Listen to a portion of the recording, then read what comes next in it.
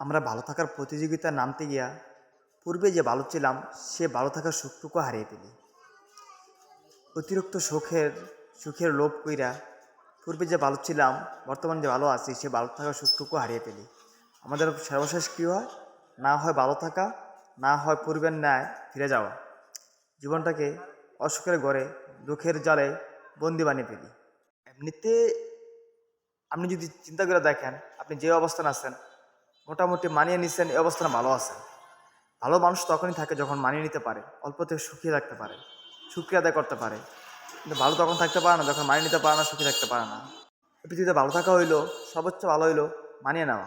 আমরা কয়জন এই কাজটা পারি? বরং কি করি, দুনিয়া প্রতিযোগিতা কম্পিটিশন নাইমা পূর্বে যে সুখে ছিলাম, সুখে আছি, সেই সুখটুকু হারিয়ে ফেলি।